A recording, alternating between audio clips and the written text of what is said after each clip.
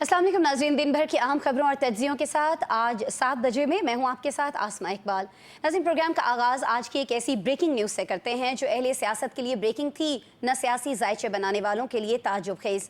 राना सनाउल्लाह के घर पर हमले के इल्ज़ाम में PTI की टॉप लीडरशिप को अदालत ने आज मुलजिम से मुजरिम करार दे दिया है। इंसदादे दहशतगर्दी फैसलाबाद की खुसूसी अदालत ने 9 मई को मुस्लिम लीगी रहनुमा राना सना के घर पर हमले में उमर अयूब, शिबली फराज, जरताज गुल, शेख राशिद शफीक और कंवल शोजब समेत 59 मुलजिमान को 10-10 बरस कैद की सजाएं सुनाई हैं। फैसलाबाद में सानिया 9 मई को जलाओ घेराव और तोड़फोड़ के 4 मुकदमात में से 3 के फैसले पहले सुनाए जा चुके हैं। चौथा मुकदमा राना सनाउल्लाह के घर पर हमले और तोड़फोड़ का था, जिसमें PTI की मरकजी क़यादत समेत 109 अफराद को नामजद किया गया था। इससे पहले भी फैसलाबाद में इंसदादे दहशतगर्दी की अदालत ने उमर अयूब, शिबली फराज और जरताज गुल वजीर समेत पाकिस्तान तहरीक इंसाफ के 196 रहनुमाओं और कारकुनों को 10-10 साल तक कैद की सजाएं सुनाई थीं।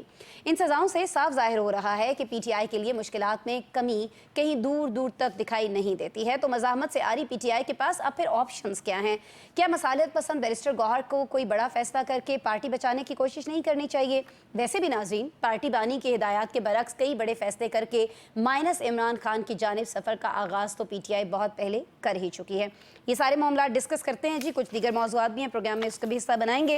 हमारे साथ गेस्ट कौन है ये मैं आपको बता देती हूँ। उस्मान अहमद भट्टी साहब, सीनियर तज्ज़ियाकार, सीनियर सहाफ़ी, हमारे साथ मौजूद हैं लाहौर से वीडियो लिंक पर। मुझे ज्वाइन किया इस्लामाबाद स्टूडियोज़ में सीनियर तज्ज़ियाकार शहजाद अनवर फ़ारूकी साहब ने, और हमारे ब्यूरो चीफ है न्यूज़ 1 के कराची के लिए इम्तियाज़ फ़ारान साहब, वो हमारे साथ वीडियो लिंक पर मौजूद हैं। गुफ्तगू का आगाज़ मैं आपसे करना चाहूँगी उस्मान अहमद भट्टी साहब। सर, ये फरमाइएगा कि सारे 9 मई पर सज़ाओं से आपको नहीं लगता कि PTI जो है वो बिल्कुल लीडरशिप के बगैर होकर रह गई है, लीडरशिप लेस होकर रह गई है? और क्या इस सूरत हाल में मुआफ़ी और मसालियत के लिए PTI पर दबाव बढ़ नहीं जाएगा? ये सोचा जा रहा है बहुत सारे हलकों की जानिब से, खासतौर पर जो PTI सपोर्टर्स हैं, कि सज़ाएँ सिर्फ़ और सिर्फ इसलिए सुनाई गई हैं ताकि PTI किसी तौर दबाव में आ सके।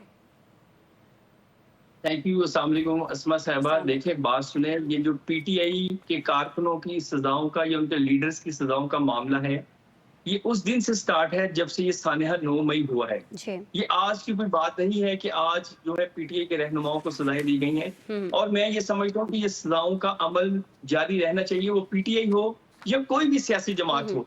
देखिए, अगर इनको सजाएं नहीं मिलेंगी तो होगा क्या कि कोई भी जत्था उठेगा, वो किसी भी घर पर हमला कर देगा, किसी भी फौजी तंसीबात पर हमला कर देगा, किसी भी सरकारी दफ्तर पर हमला कर देगा। तो ये सजाएं जो हैं ये सबके लिए हैं। और मैं ये समझता हूँ कि अगर इस मुल्क में अमन रखना है, आपको मैं बताऊं, ये जो सियासी जमातें हैं ना, यहाँ पे इस मुल्क में ऐसे भी गिरोह हैं जो कि दहशतगर्दी के नाम पर लोग उनसे डरते हैं, मगर उन तमाम को नकेल डाली गई है कि किसी को ये हक नहीं है कि वो किसी भी जगह जाकर हमला करें। और देखें, ये जो PTI के जिन लोगों को सजा हुई, आज इस मुल्क में अमन की सबसे बड़ी वजह यह है कि जो कारकुनान को इमरान खान साहब कहते थे कि जाके जिस मर्जी घर पर पेट्रोल बम फेंक दो, किसी भी घर के जाके जो है वो आग लगा दो, आज इस मुल्क में ऐसा कोई भी जो शहरी है वो करने को तैयार नहीं है। जो मर्जी डायरेक्शन आ जाए, इमरान खान साहब ने कितने कॉल्स दी, मगर कोई भी शहरी उनकी कॉल पर जो है वो तवज्जो नहीं दे रहा। तो इसको तो PTI वाले कहते हैं कि खौफ की फजा जो है वो बनाई गई है ना, लोगों को बगैर किसी जुर्म के, या बहुत सारी जगहों पर चले अगर कोई मुलव्विस भी था तो उनके जुर्म से ज्यादा उनको सजा दी गई। दूसरे लोगों को ये मैसेज दिया गया कि आपने इस पार्टी की सपोर्ट में नहीं निकलना, वरना जो इनका हशर हुआ है वो हशर आपका करेंगे। देखिए अस्मा साहबा, ये खाली पाकिस्तान में ये ऐसी सूरत हाल नहीं है। कैपिटल हिल पर अमेरिका में हमला हुआ, उन लोगों को सजा दी गई। UK में जिन लोगों ने इंतशार फैलाया, इवन के एक जो बच्चा था उसको जब कोर्ट में पेश किया गया, वो अंडर 16 था, मगर पुलिस के पास एविडेंस थे। जज साहब को कहा गया कि ये इसके एविडेंस हैं, इसने इंतशार फैलाया है। तो जज ने कहा कि फौरी तौर पर इसको जो है वो जुडिशियल करें, इसको आप इंटेरोगेट करें। तो बात यह है कि सजाओं का अमल सख्त होगा तो फिर ही मुल्क में अमन आएगा, फिर ही आपके मुल्क में सरमायाकारी आएगी। अगर आप हालात जो है वो साजगार नहीं रखेंगे आपके मुल्क में, तो आपका अपना शहरी इन्वेस्टमेंट नहीं करेगा। वो ये कहेगा कि इस मुल्क में ना तो सियासी इस्तेहकाम है, ना मुआशी इस्तेहकाम है, वो किस तरह इस मुल्क में रहने के काबिल हो सकेगा। तो बात यह है, सजाओं का अमल सख्त होगा तो फिर ही चीजें चल सकेंगी। मैं आगे बढ़ती हूँ आपकी इजाज़त से। इम्तियाज़ फ़ारान साहब, सर, आप इस फैसले को किस तरह से देख रहे हैं, खास तौर पर जब हमने कल तलाल चौधरी को एक न्यूज़ शो के अंदर ये कहते हुए सुना कि पीटीआई जो है उसके लोग टारगेट नहीं हैं। फिर एक और चीज़ बहुत ज़्यादा डिस्कस की जा रही है, इम्तियाज़ फरहान साहब के जैन कुरैशी और फवाद अहमद चौधरी जो हैं वो एक बार फिर से बरी हो गए हैं, तो ये बड़ा मुआइनी खेज़ है। सर, ये फरमा दीजिएगा। और दूसरा, आपको लगता है कि जिस तरह से उस्मान साहब फरमा रहे थे मुल्क में इस फैसले के बाद हम सियासी इस्तेहकाम आता हुआ देख रहे होंगे, या आपको लगता है कि नहीं, सियासी अदम इस्तेहकाम और बढ़ जाएगा इससे? इम्तियाज़ साहब। बिस्मिल्लाहिर्रहमानिर्रहीम। देखिए, इस किस्म की सजाओं से सियासी इस्तेकाम तो नहीं आता। अब अदम इस्तेकाम पे हम बात करें ना करें वो अलग चीज़ है, लेकिन सियासी इस्तेकाम कम से कम नहीं आता।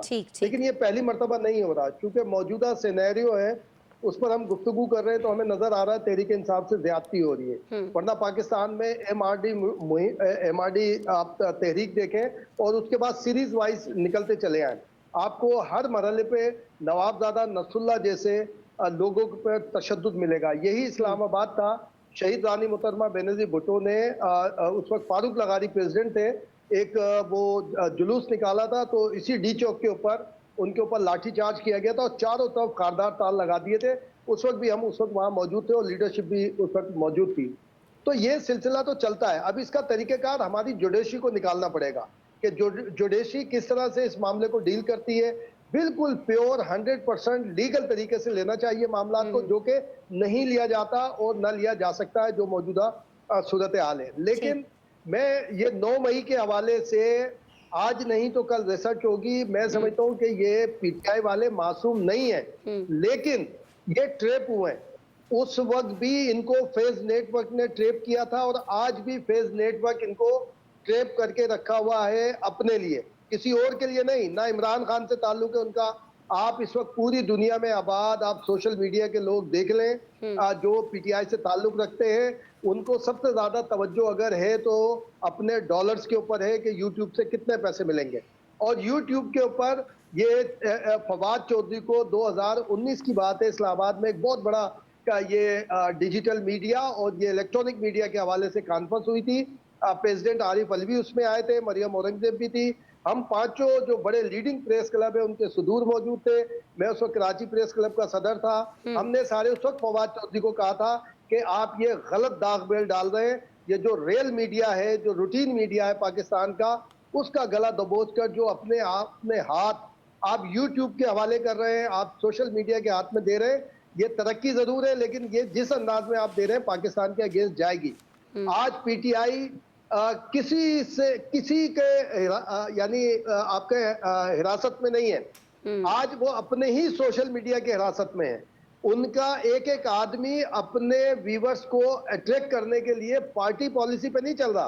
वो ये देख रहा है कि मार्केट में उसको किससे लाइक्स मिलेंगे। उसमें चाहे आप अलीमा खान साहिबा, अब देखें ना, अलीमा खान साहिबा के जो साहबजादों की बात हुई थी, फैसल मरवत ने ये बात पहले कही थी। अब आगे एविडेंस आ गए, सारी वीडियोस आ गई, सारी चीजें आ गई। हमने उन्हें एकदम मासूम बना के, लेकिन इसमें भी अभी तक जो बात है, मैं अभी लाहौर या इस्लामाबाद काफी मुझे 4-5 माह हो गए नहीं आया मैं, लेकिन ये भी क्लियरेंस की है इन दोनों में, बल्कि दोनों क्लियर होंगे बच्चे इनके, और अगर दोनों क्लियर नहीं हो तो एक बच्चा लाजमी क्लियर होगा इसके अंदर। ये सारी की सारी एक्सिस जो आना, गिरफ्तारी अचानक आना, ये खामखा नहीं है आसमा। ये आप भी आगे ठीक हो गया। अब मौजूद तो आज का हमारा यही है ना इम्तियाज फरहान साहब, इम्तियाज साहब, मौजूद तो हमारा आज का यही है कि ये जो खबर एक ब्रेकिंग के तौर पर आई है, ये इनफैक्ट ब्रेकिंग तो किसी के लिए थी ही नहीं। चुंबे की बात या कोई नई बात तो इसमें थी नहीं। ये वही हुआ है जो पहले से एक्सपेक्ट किया जा रहा था। बहुत माजरत के साथ मैं बस आगे बढ़ूंगी। नहीं आएगा सियासी इस्तेकाम, नहीं आएगा सियासी इस्तेकाम, इससे नहीं आएगा। अच्छा जी, अभी प्रोग्राम में हमें ज्वाइन कर रहे हैं इफ्तिखार शराजी साहब।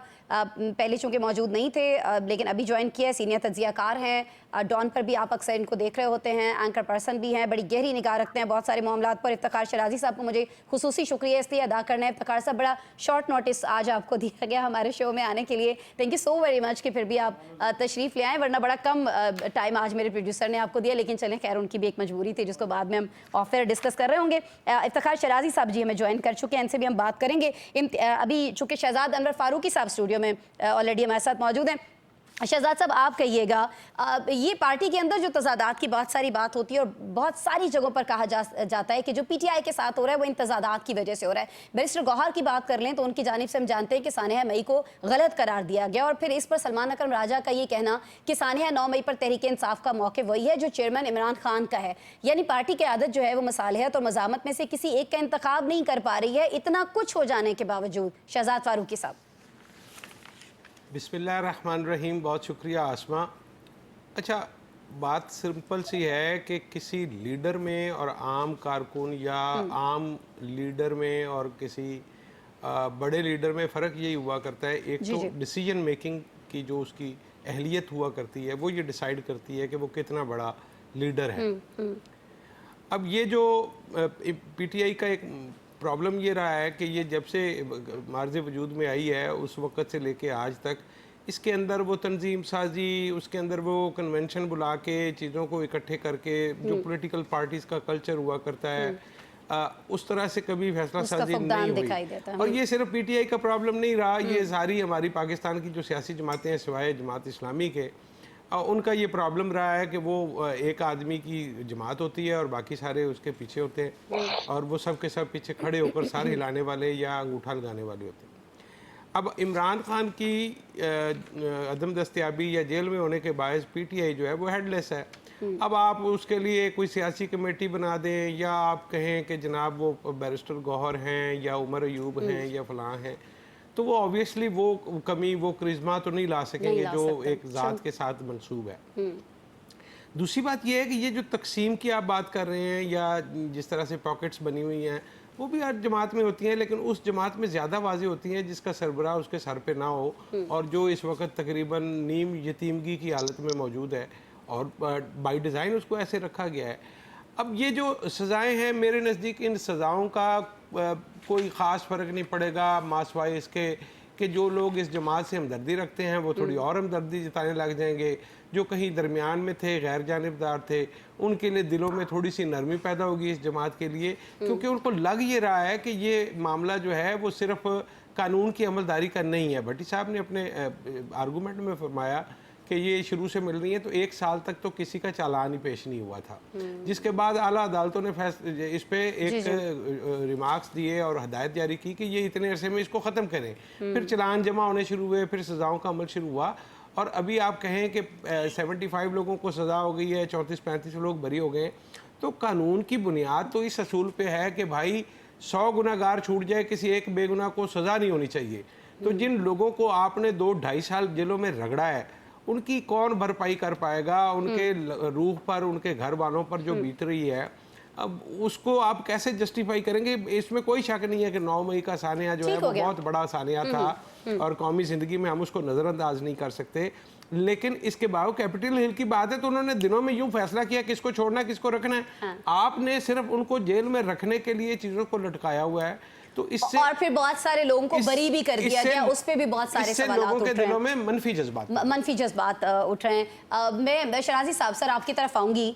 जिस तरह से शहजाद साहब ने बताया कि क्या हुआ पीटीआई के साथ शुरू से जब से पार्टी बनी और उसके बाद किस तरह से मामलात चलते रहे, लेकिन अभी हम सब देख रहे हैं कि पीटीआई मज़ामत नहीं कर पा रही है, तो क्या शराजी साहब अब आप समझते हैं कि उसे सियासी बका के लिए मसालियत कर लेनी चाहिए? ऐसा लगता है आपको और ये ऑप्शन है?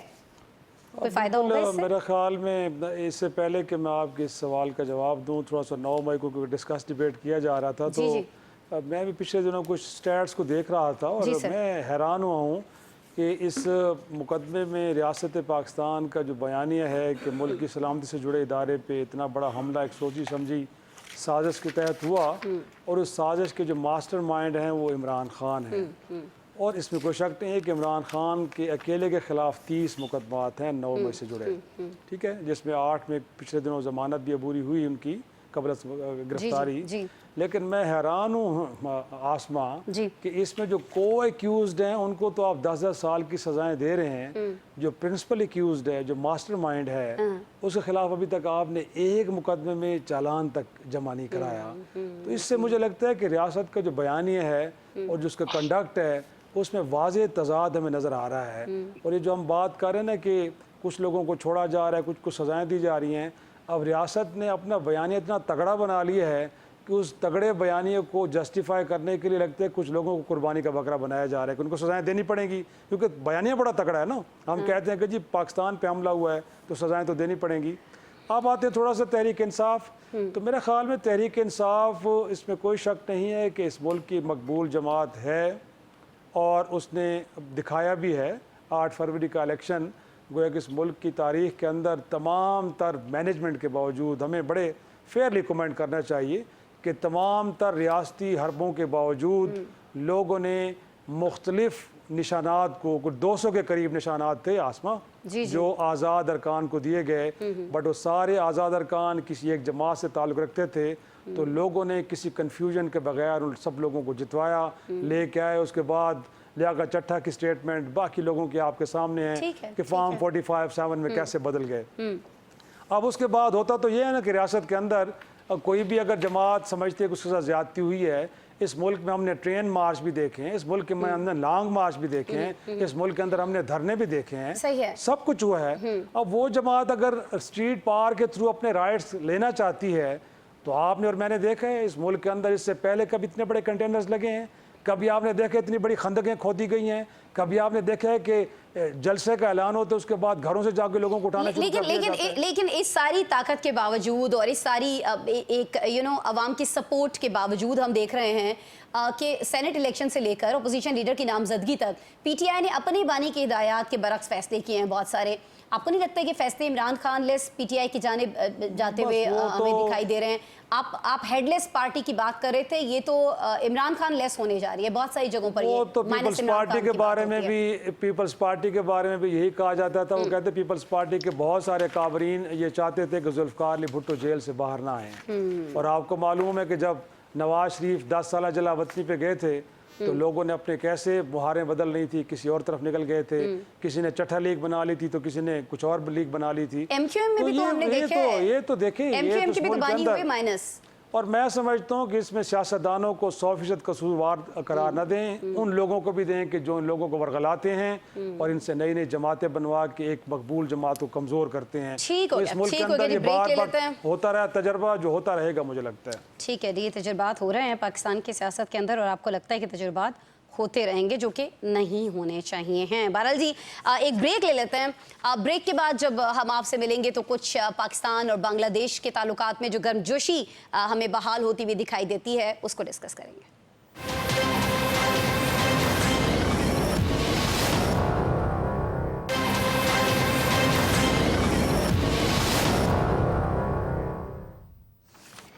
वेलकम बैक जी।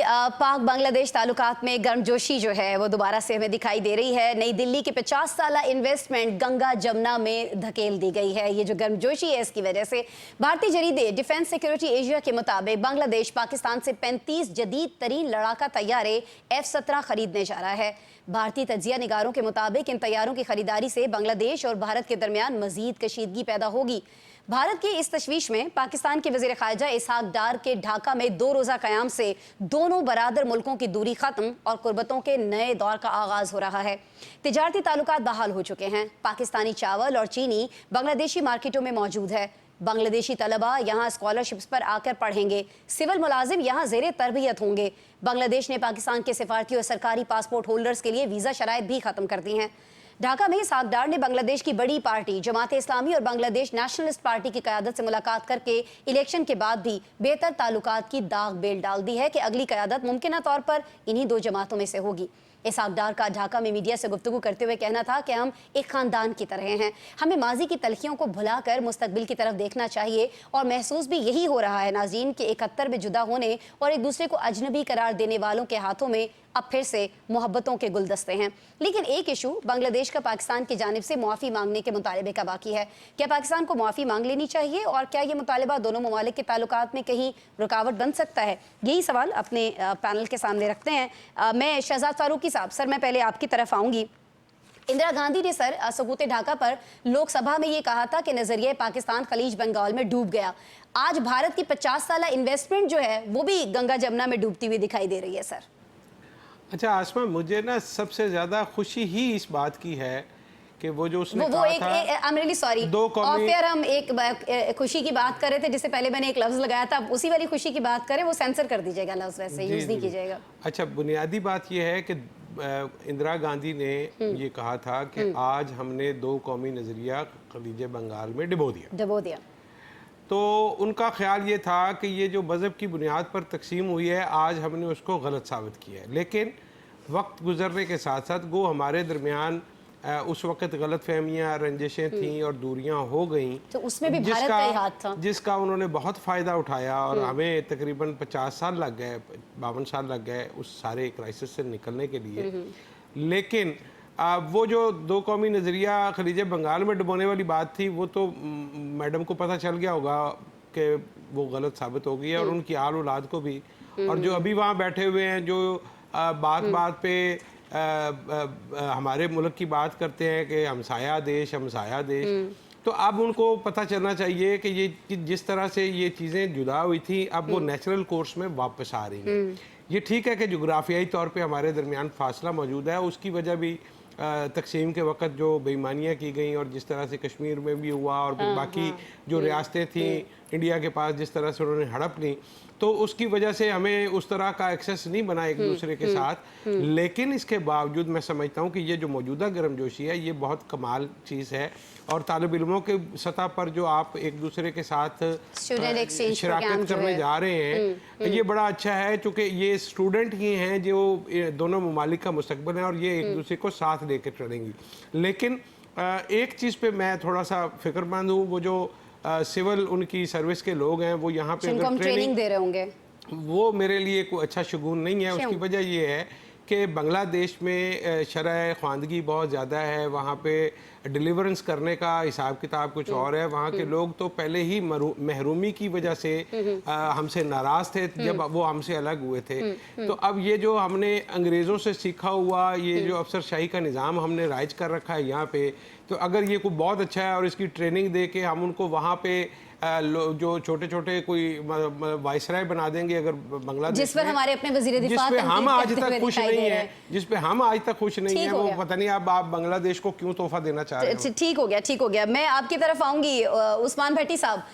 सर, ये बांग्लादेश आने के लिए पाकिस्तानी सरकारी मुलाजिमीन जो हैं और सिफारतकार जो हैं, अब उनको वीज़े की ज़रूरत नहीं रही है। आप किस तरह से देख रहे हैं कि कितना मुस्बत इसमें आगे पेशरफ्त हो सकती है? क्या हम ये देख रहे होंगे कि आगे चलकर दोनों मुल्कों के जो शहरी हैं उनकी भी वीज़ा फ्री एंट्री मुमकिन हो सकेगी? ये पॉसिबल है कि वो भी एंटर हो सकें बगैर वीज़े के, दोनों ममालिक के जो शहरी हैं?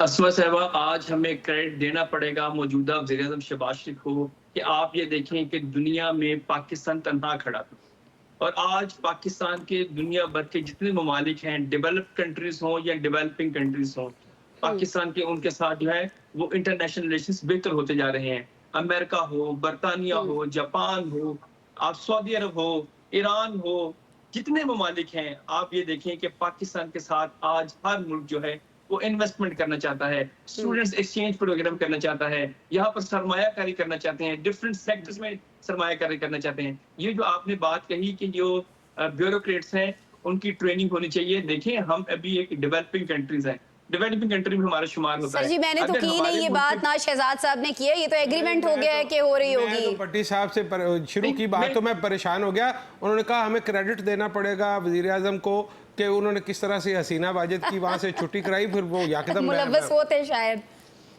नहीं, मैं बात कर रहा हूँ अपने सफारती ताल्लुकात की। देखिए, हमें हमारे साथ कोई भी मुल्क जो है वो सफारती सतह पर हमारे मामला बेहतर नहीं थे। आज हम दुनिया में अपनी इम्पोर्टेंस जो है वो बता चुके हैं। उसमें सबसे ज्यादा अहम फेज गुजरा है, वो फेज गुजरा है जो हमारी भारत के साथ जंग हुई, हमने उसमें भारत को नाकाम किया। अब इंटरनेशनली हमारी रिकग्निशन जो है वो बहुत ज्यादा, हमारे पास ऐसे गट्स होने चाहिए कि हम तमाम जो दुनिया के ममालिक हैं उनको इंगेज कर सकें। आज अगर बांग्लादेश हमारे से दफाई जो है उसकी टेक्नोलॉजी की खरीदो फरोख्त चाहता है, इसका मतलब है कि पाकिस्तान ने अपने आप को मनवाया with the help of China कि हम जो है दिफाई सतह पर अपने आप को बहुत मजबूत मनवा चुके हैं। इसलिए पाकिस्तान के साथ हर मुल्क जो है वो ताल्लुक बनाना चाहता है। एग्रीकल्चर सेक्टर है, इंडस्ट्री का सेक्टर है, बैंकिंग सेक्टर है, बहुत से ऐसे सेक्टर्स हैं जिनमें हमें भी डेवलपमेंट की जरूरत है। पाकिस्तान दुनिया की जो तरक्की याफ्ता ममालिक हैं उनकी जो दौड़ है उनसे बहुत पीछे है।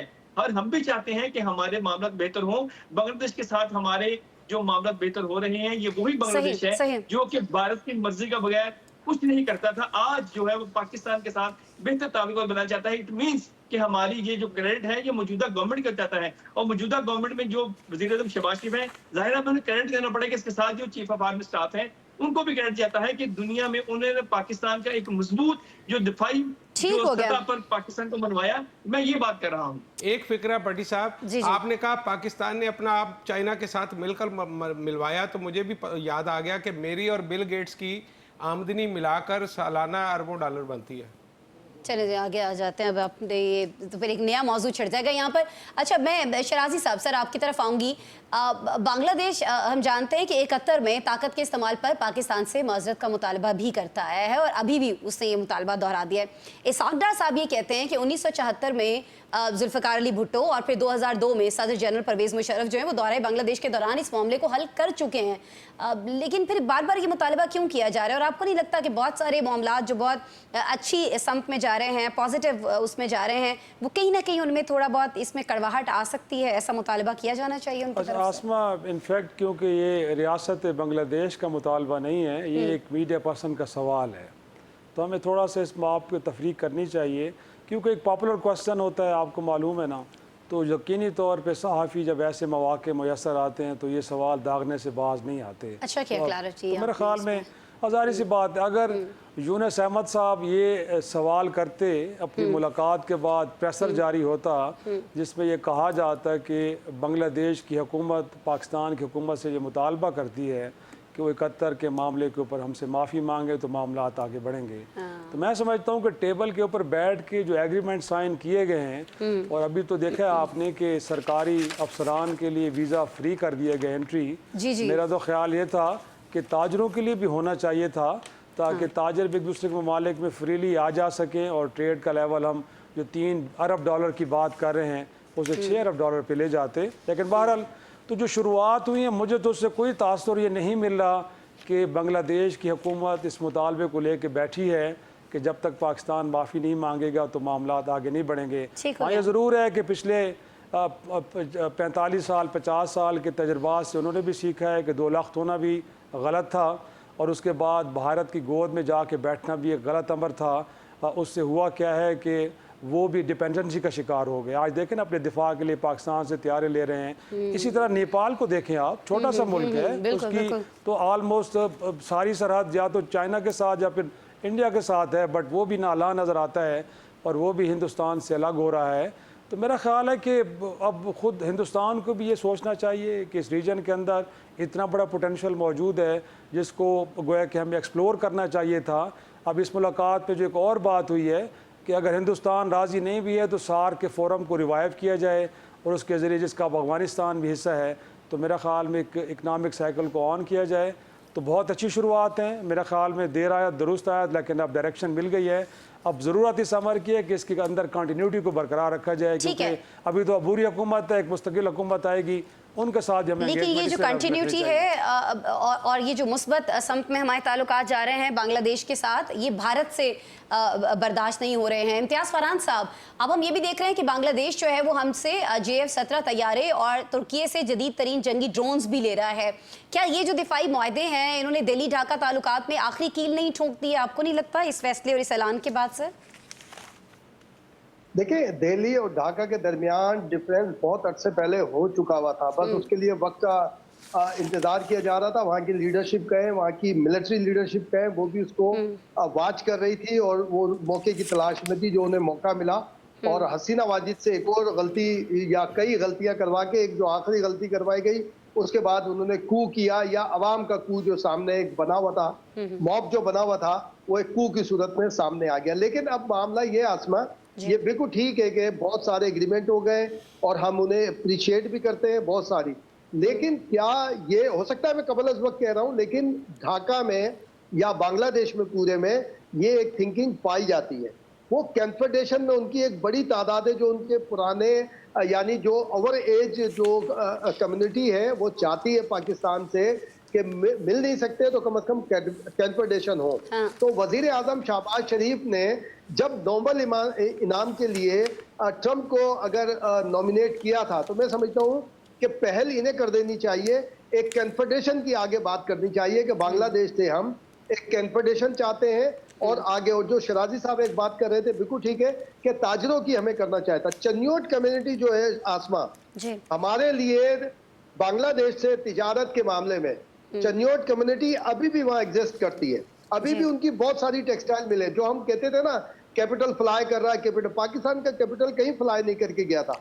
वो वापस जो टेक्सटाइल मिल या दूसरी मिल जो हमारे चन्योटी कम्युनिटी की बांग्लादेश के अंदर थी, वो उन्होंने वहां जाके दोबारा उसको रिवाइव किया या दोबारा चलाना शुरू किया। और उसी वक्त आज से 15 से 16 साल पहले ये काम बांग्लादेश हुकूमत ने शुरू कर दिया था, जब खालदा जिया थी। उसके बाद आया हसीना वाजिद ने उसको डैमेज किया था कि यहाँ से एक बड़ी तादाद जो माइग्रेट करके आए थे बांग्लादेश से, वो वापस एक बड़ी तादाद गई है, जो पढ़े लिखे थे, जो बिजनेस कर रहे थे। इस वक्त अगर ढाका में देखेंगे तो वो उनको फैसिलिटेट किया उन्होंने। तो हमें अब कन्फेडरेशन की भी बात करनी चाहिए।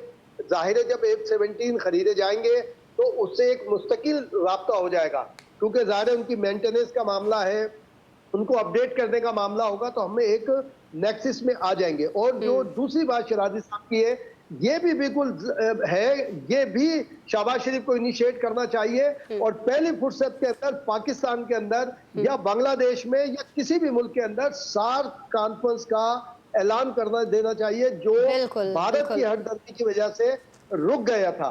और चूंकि अब अफगानिस्तान भी है, तो ये नेपाल, मालदीव, भूटान, श्रीलंका, बांग्लादेश, पाकिस्तान, ये सारे हम नेक्सिस में आएंगे। हमारा एक वन बेल्ट वन रोड वाला कॉन्सेप्ट और आगे तजवीज होगा। और हम इकोनॉमिकली भी बहुत ज्यादा जो है, अब दिफाई तौर पे हम माशाल्लाह मार्का हक भी है, ऑपरेशन बुनियानुम मरसूस की तरह सीसा पिलाई दीवार है। तो अब इकोनॉमी के अंदर भी हम इंशाल्लाह सीसा पिलाई माशी तौर पर भी हमें इस चीज से फायदा उठाना चाहिए है और मजबूत होने के लिए थोड़ा ज्यादा मुतहरक होने की जरूरत है। आप तमाम साहिबान हमारे साथ मौजूद हैं, नाज़रीन आप भी हमारे साथ मौजूद रहिएगा, क्योंकि अभी हम एक ब्रेक ले रहे हैं और ब्रेक के बाद जब हम आपसे मिलेंगे तो आजकल जो बहुत ज़्यादा इशू जिसके ऊपर आप बात होती हुई देख रहे हैं वो ये है कि जी मुल्क में बहुत ज़्यादा नए सूबे बनाए जाने की ज़रूरत है। इस पर हम बात कर रहे होंगे एक ब्रेक के बाद।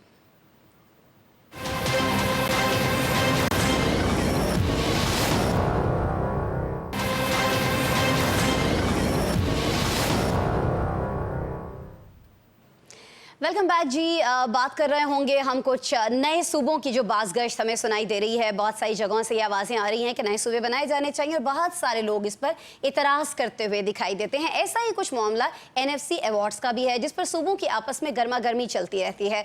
इस हवाले से वफाकी हुकूमत ने कौमी महासिल की सूबों में तकसीम के नए NFC अवार्ड के लिए 11वां कौमी मालियाती कमीशन तश्कील दे दिया है। वज़ीर ख़जाना 9 अरकान पर मुश्तमिल NFC के चेयरमैन मुकर्रर किए गए हैं। चंद रोज़ में इजलास भी मुतवक्के है जो नए NFC अवार्ड के लिए सिफारिशात तैयार करेगा। इस हवाले से दिलचस्प बात नाज़रीन यह है कि वफाक और KP का NFC अवार्ड पर यकसा मौक़िफ़ है। मीडिया रिपोर्ट्स कहती हैं कि KP के वज़ीर ख़जाना मुज़म्मिल असलम ने कॉन्फ्रेंस में खिताब करते हुए मुतालबा किया कि सूबों के दरमियान वसाइल की तकसीम में आबादी और पसमानदगी को बुनियाद बनाने की हौसला शिकनी की जाए। इस हवाले से बड़ी बैठकों का आगाज़ 29 अगस्त को चेयरमैन NFC वज़ीर ख़जाना मोहम्मद औरंगज़ेब की ज़ेर सदारत कौमी मालियाती कमीशन के इजलास में होगा, जिसमें NFC अवार्ड से मुतालिक सिफारिशात पर गौर किया जाएगा। ज़ैली ग्रुप्स कायम करने का जायजा लिया जाएगा और फिर इजलास में मुस्तकबिल के इजलास के हवाले से स्केड्यूल भी तय किए जाएंगे। क्या होने जा रहा है NFC अवार्ड को लेकर और क्या होने जा रहा है नए सूबों के हवाले से, हम बात कर लेते हैं। हमारे पैनलिस्ट हैं इम्तियाज़ फरहान साहब। सर मैं आपकी तरफ आऊँगी। इम्तियाज़ साहब, सबसे दिलचस्प बात जो इसमें हमें दिखाई दे रही है कि KP और वफाक NFC अवार्ड के हवाले से एक ही मौक़िफ़ अपनाए हुए हैं। चलें किसी एक इशू पर तो ही लोग इकट्ठे दिखाई दे रहे हैं, यानी वसाइल की तकसीम में आबादी और पसमानदगी को बुनियाद बनाने की हौसला शिकनी की जाए। अगर ऐसा हुआ तो सर पंजाब को इतराज़ नहीं होगा, क्योंकि आबादी के लिहाज से सबसे बड़ा सूबा तो वही है ना, इसका हिस्सा कम हो जाएगा ज़ाहिर है अगर ऐसा होता है तो। देखिए इसकी एक लॉजिक है, वो जो मुजम्मिल साहब ने बात की, वो बेसिकली कराची से बिलोंग करते हैं और कराची में ज़्यादा एक्टिव रहे। जब इमरान खान उन्हें वहाँ पर लेकर गए और अली अमीन गंडापुर के साथ भी उन्होंने नथी किया PTI ने। एक लॉजिक है, इस पे काफ़ी सारी बात होती है। मिसाल के तौर पे हम जब सिंध में बैठते हैं, वज़ीर आला ये हों या इससे पहले थे, तब भी यहाँ बात होती थी। मिसाल के तौर पर कि सिंध को अपने हिस्से से ज्यादा डिमांड करना चाहिए, क्योंकि यहाँ पर हमारे पंजाब से और खासतौर पे खैबर पख्तूनख्वा से करोड़ों की तादाद में यहाँ पर आबाद हैं सिंध के अंदर। पूरे सिंध में कराची सबसे ज्यादा आबाद है, तो सिंध गवर्नमेंट को उनकी भी डिमांड करनी चाहिए कि जनाब ये चूंकि हमारे यहाँ रहते हैं, हमारे इधर सूबे में पानी यानी जो भी चीजें इंफ्रास्ट्रक्चर हमारा यूज करते हैं, तो इनका हिस्सा पंजाब हुकूमत और खैबर पख्तूनख्वा हुकूमत हमें दे इसके अंदर। लेकिन आज तक उस तरह डिमांड नहीं की, सिर्फ एक दो दफा बात की जाती है, लेकिन ऐसे इजलासों में बात नहीं की जाती। लॉजिक है एक, ठीक है कि जी आबादी से हटके हो, ये जो हम बांग्लादेश की बात कर रहे थे तो 1 यूनिट में यही झगड़ा आया था ना, आबादी का झगड़ा आया था।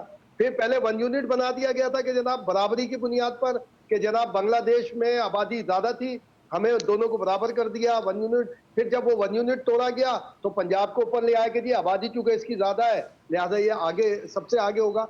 तो ये कहीं ना कहीं तो कोई मामला आगे सेटल डाउन होना है। अगर ये खैबर पख्तूनख्वा ने बात की है, फेडरेशन भी उसके साथ है, तो इसके ऊपर एक अच्छी लेंथी एक डिबेट होनी चाहिए जिसका आउटपुट निकले।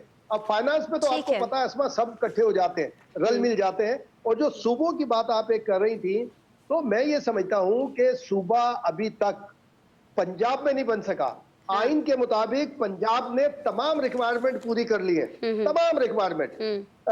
पंजाब असेंबली ने बाकायदा करारदाद मंजूर कर ली है, फेडरेशन उसके साथ न थी था, लेकिन इसको भी कई साल नहीं, मेरे ख्याल 2 से 3 हुकूमतें गुजर गई ना। इमरान खान लेकिन हो नहीं पाया ये सब। इंटरिम गवर्नमेंट, इंटरिम गवर्नमेंट कर सकी ना, ये मौजूदा गवर्नमेंट है कभी इस बात का नाम लेती है कि जनाब ये आगे होना चाहिए। इसके बजाय सूबों की डिबेट करने के बजाय अगर बल्दियाती निजाम के ऊपर बात की जाए कि बल्दियाती निजाम को मजबूत किया जाए, जैसे फाइनेंस अवार्ड होता है ना, नेशनल फाइनेंस अवार्ड, तो ये फाइनेंस अवार्ड ये निचली सतह पर बल्दियात के दरमियान भी होना चाहिए। फेडरेशन उसको पैटर्नाइज करे, सूबों की मशावरत से नीचे तक उन्हें फाइनेंशियली भी मजबूत किया जाए, तो सूबों की डिमांड भी खत्म हो जाएगी। सही हो गया। मैं उस्मान भट्टी साहब आपकी तरफ आऊंगी।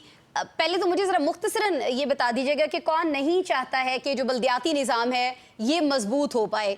क्यों इस हवाले से हमारी हुकूमतें जो है वो इकदाम नहीं करती हैं या इकदाम होने ही नहीं देती हैं, इनफैक्ट ये कह दीजिएगा। दूसरा, केपी हुकूमत की जब हम बात करते हैं तो उनकी तरफ से ये कहा जा रहा है कि आबादी, खुशहाली और जंगलात को भी नए फार्मूले में शामिल किया जाना चाहिए। ज़ाहिर है मौसमियाती तगय्युरात के हिसाब से चैलेंजेस को देखते हुए ये मुतालबा बड़ी हद तक हमें दुरुस्त भी लगता है कि उनका ये मुतालबा बिल्कुल ठीक है, सही बात कर रहे हैं वो। अस्मा साहिबा, नून लीग के दौर में बल्दियाती इंतखाबात हुए और नून लीग के दौरे इक़्तिदार में जब यहाँ पर चीफ मिनिस्टर शहबाज शरीफ थे, यहाँ पर हमने देखा कि बल्दियाती निज़ाम एक प्रॉपर तरीके से चल रहा था। जी। उसके बाद आपको पता है कि कुछ सियासी अदम इस्तेहकाम आया, तो जिसकी वजह से चीजें प्रॉपरली कंटिन्यू ना हो सकी।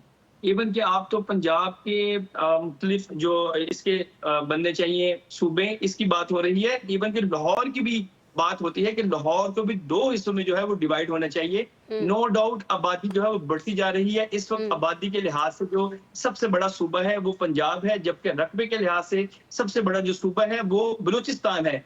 बात यह है कि नो डाउट डायनामिक्स जो है वो चेंज होती जा रही है। लोगों को रोजगार चाहिए। एक ही सूबे का चीफ मिनिस्टर तमाम जो मामलात है उसको कंट्रोल नहीं कर सकता। अब देखें पंजाब में ऑलमोस्ट इस वक्त 38 जो है वो शहर हैं।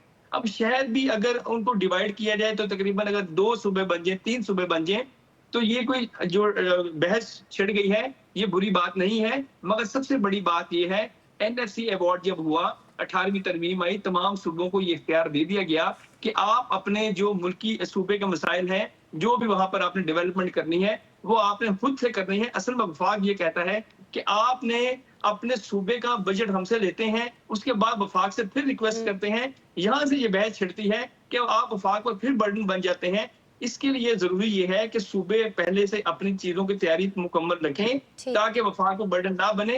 ये बहस इसलिए छिड़ी है। अगर KPK और वफाक एक पेज पर आगे हैं और तो ये अच्छी बात है। इस वक्त सबसे ज्यादा इस बारे में गुफ्तगू कर रहा है वो पीपल्स पार्टी गवर्नमेंट कहती है कि वो सिंध को किसी भी सूरत जो है वो सूबों में डिवाइड नहीं होने देगी। तो बाकी इसके लिए ये है कि अभी 30 अगस्त को जो इजलास बुला लिया गया है उसमें ये डिबेट होनी चाहिए और डिबेट जो है वो कंस्ट्रक्टिव होनी चाहिए ताकि मामले को हल किया जा सके। मुझे थोड़ा सा बता दीजिएगा कि हुकूमती सतह पर किसी भी लेवल पर बल्दियाती इंतखाबात के हवाले से कुछ सोचा जा रहा है, कहीं कोई सोच पाई जाती है? जी, अभी इस बारे में कोई ऐसी बात ओपनली सामने तो नहीं आई कि पंजाब में या सूबे किसी दीगर सूबों में कोई बल्दियाती इंतखाबात का जो है वो एक चीजें को चल पड़ी हो। अभी ऐसी कोई क्लैरिटी नहीं सामने आई। जाहिर है जिन लोगों ने फैसला करना है, जब उनके पास अभी सारे इख्तियारात हैं तो वो अपने इख्तियारात क्यों किसी को सौंपना चाहेंगे, क्यों इस बारे में सोचेंगे? सिंध में मौजूद है बल्दियाती निजाम, पूरा का पूरा मौजूद है सिंध में, बाकी सूबों में नहीं है। हाँ जाहिर है, और पंजाब हुकूमत पर इस बारे में बड़ी कड़ी तनकीद भी होती है, लेकिन उस तनकीद के बावजूद उस्मान साहब फरमा रहे हैं कि अभी इस बारे में कहीं कोई सोच ही नहीं पाई जाती है। बहरहाल आगे आ जाते हैं शराजी साहब। सर, ये जो NFC अवार्ड के हवाले से मुतरजीन हैं जो इस पर एतराज़ करते हुए हमें दिखाई देते हैं, उनका कहना यह है कि मौजूदा अवार्ड जो है आबादी के तनासुब पर मबनी है। ज़ाहिर है आबादी के लिहाज से इसका तयन किया जाता है, जो कि पसमानदगी, गुर्बत और समाजी और इक़्तिसादी इशारियों को नज़रअंदाज करता है। ये इन्हीं चीज़ों पर मुनहसर होना चाहिए। बिल्कुल, मेरा ख्याल में ये फार्मूला ओवर द ईयर्स बुरी तरह नाकाम हुआ है, और इसमें से जो केक का बड़ा हिस्सा है गोया कि वो सूबा ले जाता है जिसकी आबादी सबसे ज़्यादा है। आप हैरान होंगी कि न्यूजीलैंड एक मुल्क है, उसकी आबादी 57 लाख है। जी। और पंजाब एक सूबा है, उसकी आबादी 13 करोड़ है।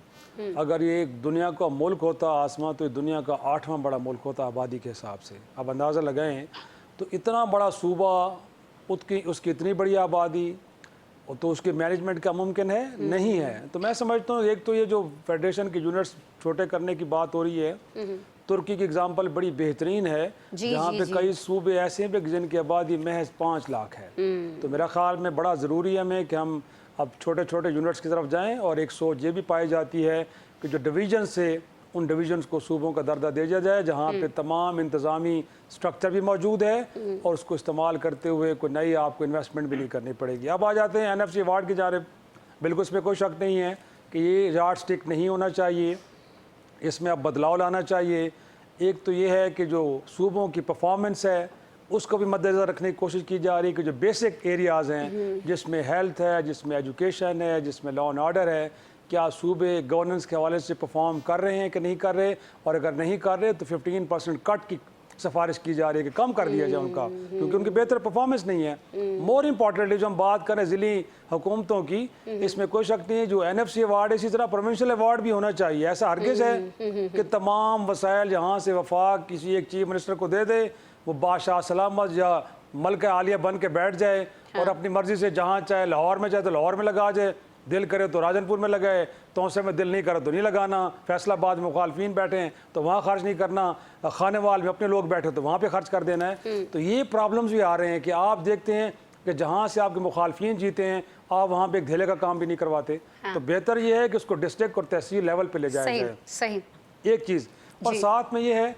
कि अब जो हम बात कर रहे हैं कि वसाइल को जो वफाक के बिलखसूस हैं, ये जो हम समझते हैं कि वफाकी प्रोजेक्ट सूबों में चलते हैं, भाई वफाक के पास 2 बड़े अहम काम हैं। एक तो डिफेंस है, दूसरा डेट सर्विसिंग। गोया कि जो पूरे पाकिस्तान के लिए कर्जे लिए जाते हैं उतारने वफाक ने होते हैं, खाते सब हैं।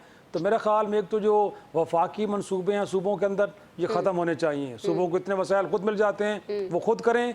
और दूसरा डेट सर्विसिंग और दिफा के अंदर भी सूबों को अपना हिस्सा डालना चाहिए। ठीक है, अच्छा, सूबों को अपना हिस्सा ज़रूर डालना चाहिए है, लेकिन सूबों की तरफ से कुछ मुतालिबात भी आ रहे हैं। शहजाद फारूकी साहब, सिंध की तरफ से ये कहा जा रहा है कि हम 2008 से सेल्स टैक्स की वसूली का इख्तियार सूबों को देने का मुतालबा कर रहे हैं। मौजूदा सूरत हाल में आपको लगता है कि ये मुमकिन है, सिंध का ये मुतालबा माना जा सकता है? ये बाकी सूबे भी अगर ये मुतालबा करें तो ये जायज़ मुतालबा है, आपको लगता है? आसमा, बात ये है कि आज तक पाकिस्तान बनने से लेके हमने कोई फैसला इमरानी अलूम की बुनियाद पर या अकल और लोगों की ज़िंदगी को आसान बनाने की गरज से नहीं किया। हमने अपने तमाम फैसले डंग टपाऊ पॉलिसी के तहत और सियासी मफाद के असूल के लिए किए। हमने 1 यूनिट बना दिया, हमने 1 यूनिट तोड़ दिया। हमने हमेशा ये अदम तवाज़न बरकरार रखा कि जो शख्स मतलब मगर मशरकी पाकिस्तान जीत जाए तो वो हुकूमत बना ले, अब अगर पंजाब जीत जाए तो पंजाब हुकूमत बना ले। इसी तरह से पैसों का हिस्सा भी हमने इसका कभी साइंटिफिकली जायज़ा नहीं लिया कि अगर KPK को इंतज़ामी तौर पर तकसीम करना है, पंजाब को इंतज़ामी तौर पर, सिंध को, बलूचिस्तान को, तो कैसे करना है।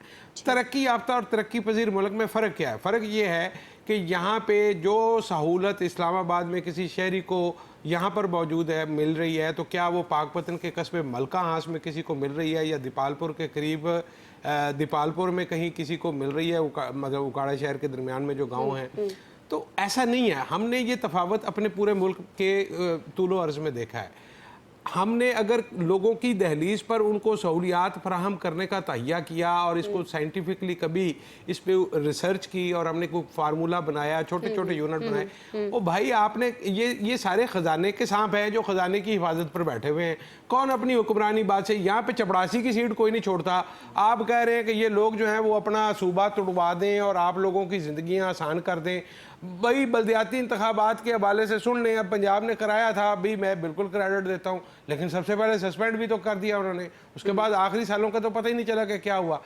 जब ये लोग बल्दियाती नुमाइंदों को अपना जो इख्तियार है वो मुंतकिल करने को तैयार नहीं है, तो आपके ख्याल में ये नए सूबे बनाएंगे?